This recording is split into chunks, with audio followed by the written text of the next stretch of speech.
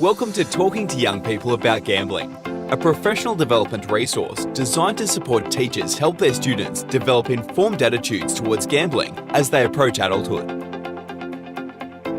The Victorian Responsible Gambling Foundation is working towards reducing harm from gambling in our community by building greater awareness and understanding of the risks involved.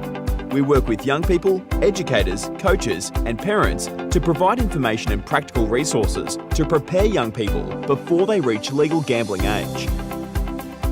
Our school education program is one of a suite of Love the Game prevention programs that raise awareness about the way young people are being increasingly exposed to gambling.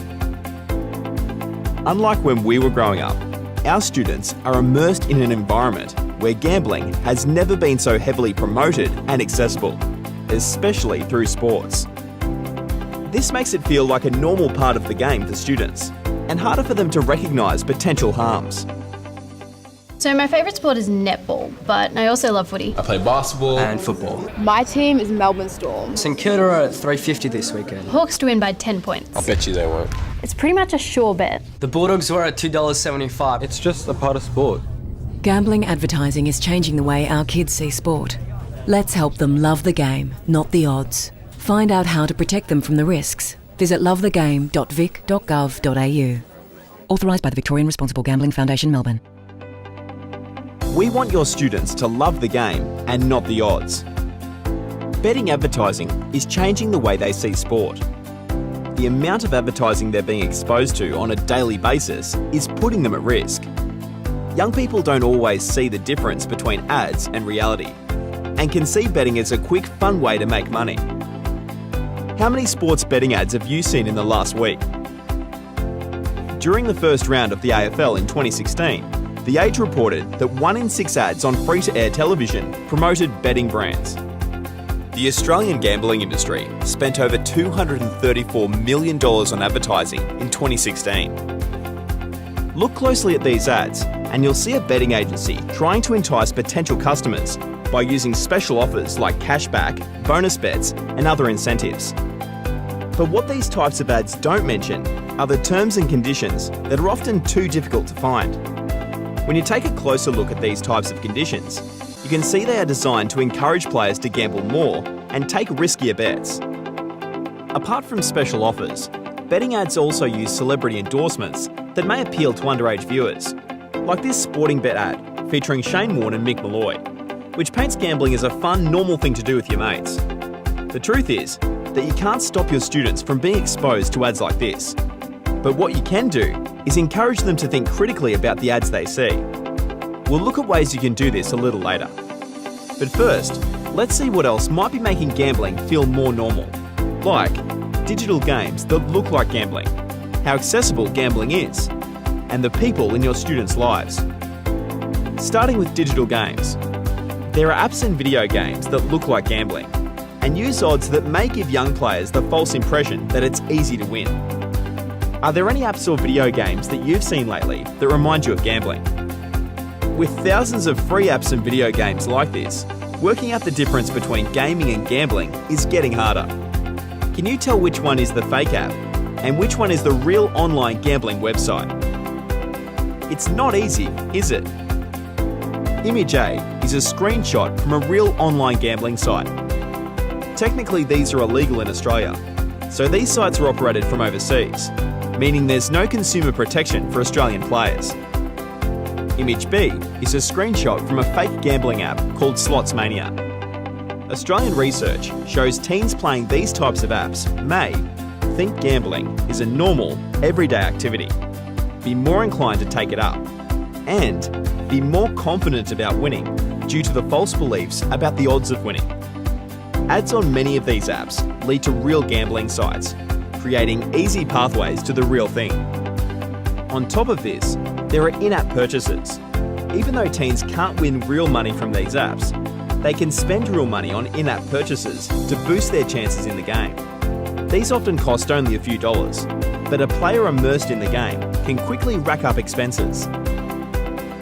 Video games like The Sims and Grand Theft Auto, and even free games on Nintendo DS consoles, feature gambling by including casino and poker machine elements. all of which makes it feel like a game without much risk involved. Let's look at access. Gone are the days where if you're an adult wanting to bet, you had to go to the ATM, then head to your local sports betting agency and hand over cold hard cash. With a smartphone or tablet, people can gamble online, wherever, whenever. What message is this sending to your students? When something is easily accessible, you often think it's normal and relatively harmless. But of course, we know that's not the case for gambling. Australian research tells us that up to 80% of 13 to 17-year-olds had gambled in the past year.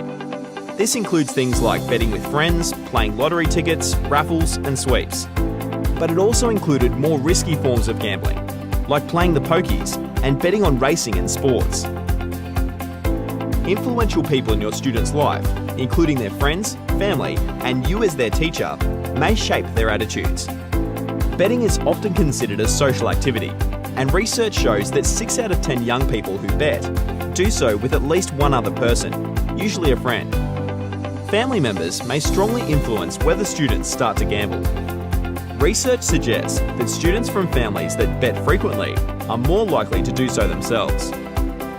Of course, teachers can be influential role models in their students' lives and help them develop informed attitudes.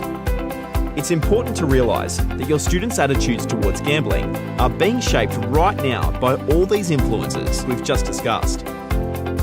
These attitudes might also be shaped by myths about the level of risk involved and the chances of winning.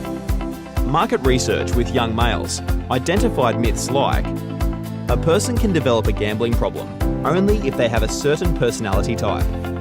The important thing to remember here is that anyone can experience difficulty at any time, regardless of their personality type. An individual's characteristics are only one of many factors that may influence their gambling behaviour. Another myth is, if you gamble with friends, you are unlikely to get into serious difficulties.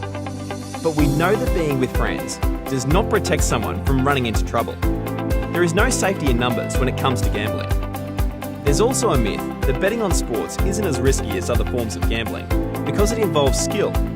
This stems from a common misconception that a player has some level of control over their chances of winning based on their knowledge of the game or sport.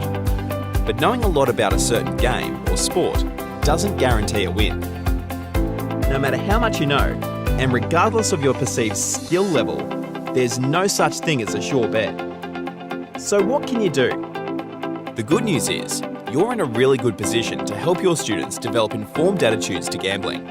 And we're here to show you how. Let's support them to get ahead of the game, act now, and help them understand how it really works, including the risks involved. Similar to other potential health issues, like drinking, it's not just about preventing them from developing a problem, but also helping them to avoid all forms and severity of gambling harm. We understand that as teachers, you're very busy people, and you're probably thinking, great, here's another thing I need to think about. We want to make it easy and straightforward for you to do so. So we've come up with a really simple guide called Talk, because like any other health and well-being issue, that's essentially what we're encouraging you to do. Talk to your students about it. T in our Talk guide stands for Think. Think about how your students' attitudes are being shaped now by the sports they watch, what access they might have, the influence games have that look like gambling, and the people in their life. A in our Talk guide is for Adopt. Adopt a gambling policy that might include strategies like hosting free face-to-face information sessions for parents and students. The parent information session can inform parents about the key issues related to gambling and young people, and how they can help their child develop informed attitudes. The Senior Student Workshop is designed for Year 10 to 12 students, including VCAL. This session encourages students to become critical thinkers in an environment where betting is becoming increasingly normalised. You can book any of these free sessions on our website. Another strategy to include in your school's gambling policy is incorporating our units of work in your school's curriculum planning. These units cover a variety of subject areas for senior years and are regularly updated on our website. Also available on our website are useful resources for parents. You could include a strategy about encouraging parents to use these in your policy. Lastly, consider including a strategy encouraging staff to be mindful of their own gambling attitudes and behaviour when working with students, and approach the topic in a balanced and objective way so as not to normalise or stigmatise gambling. L is for look. Look for opportunities in your own classroom to incorporate this topic. We have a variety of curriculum-based units of work to link this important student welfare topic to your subject area. These resources have been piloted by teachers like yourselves and are available on our website. See what teachers and students have to say about these.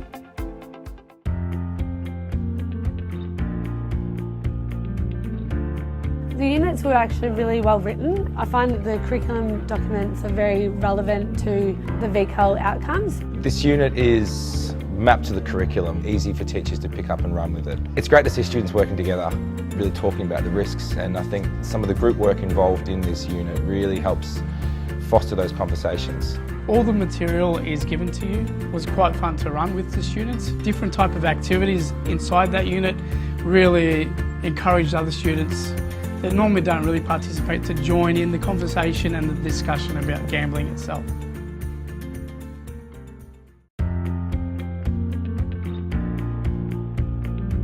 Today we had a session and we found out what's really true and what's not true about gambling. It's better to actually love the game instead of what's behind it, because the game is always better. I enjoyed the videos because they were pretty interesting. I enjoyed doing the research of the sporting club programs. I learnt that even if you know a game, you're not always certain that you'll win the bet. The thing that I learned was that odds are never in your favour. You're always likely to lose before you game. The curriculum-based units we currently offer can be mapped to a range of VCAL strands, including personal development, numeracy and literacy, as well as Year 10 humanities and wellbeing, along with health and human development in VCE. Top tips in using these units and talking to students about gambling include: focus on helping students develop informed attitudes rather than telling them what they should and shouldn't do. Also, you may be working with students under 18, so it's best to talk more about their gambling attitudes as opposed to their behaviour, as this might send the wrong message that betting underage is normal. When broadcasting the concept of risk, be mindful that often students are of the opinion they won't run into serious trouble. So try to talk about a range of harms from gambling, particularly more immediate everyday examples, such as being unable to purchase items they value, like going out with mates or the latest smartphone. Avoid mentioning specific brand names, as this may inadvertently promote the company in question. Instead, think about different categories of gambling, such as sports betting, lotteries, and pokies. Remember that anyone can develop a problem with gambling, regardless of age, gender, or personality type. Even young people can run into trouble. Keep this in mind when teaching these units to avoid reinforcing existing myths and stereotypes. If you become concerned that gambling may be an issue for one of your students or their family and friends, you can refer them to our free and confidential Gamblers Help Youthline support service. Gambling can be a polarising topic. When teaching students, try to remain objective and avoid talking about your own personal views or gambling behaviour. It can also be a sensitive topic for students. We'd recommend you and your class set some ground rules together to promote a safe learning space, covering things like how to fairly and respectfully participate in class discussions, what's appropriate to disclose in the classroom, and what students can do if they feel uncomfortable. Now we move on to our fourth and final step in our talk guide, which is to know when gambling might be becoming a concern and where to seek help. Anyone can develop a problem with gambling, regardless of gender, age, or personality type. Even young people can run into difficulty. Research tells us that 3 to 4% of teenagers in Australia have a problem with gambling, which is equivalent to one student in every high school classroom. The fact that young people are experiencing difficulty suggests to us that it's really better to start talking to your students about this important wellbeing topic sooner rather than later. Research tells us that 1 in 5 adults clinically diagnosed with a gambling problem started before they were 18. Matt talked about how gambling was a problem for him and that he started before he was 18.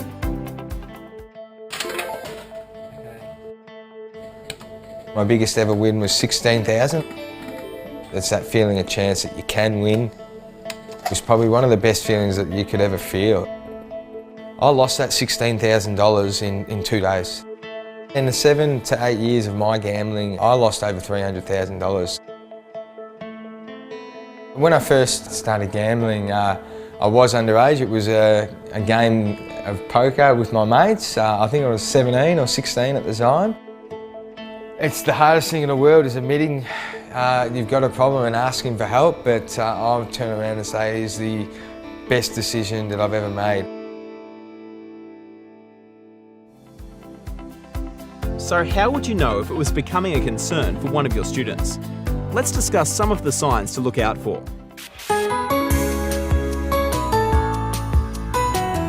One of them is missing school. That's one of the first things that tends to drop off. Also, kids can sort of become increasingly obsessed with simulated gambling apps and games. They may no longer be interested in just going to watch a footy match or a soccer match. They're starting to talk about who's going to win, how much money you might make if that team wins, what kind of odds were on this team or that team. Another thing is depression and the onset of sort of, you know, negative attitudes. You get a young person who's staying in their room all the time, who's not seeing their friends at all, who's not really looking after themselves. They stop talking to you, they stop talking to their friends, and when you do question them, you'll get quite negative, sometimes quite angry responses.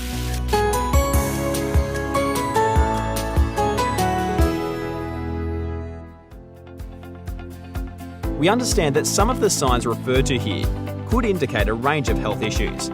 However, it's good to be aware that a possible cause may be gambling related. If you notice any of the signs mentioned here, it's important to address them sooner rather than later.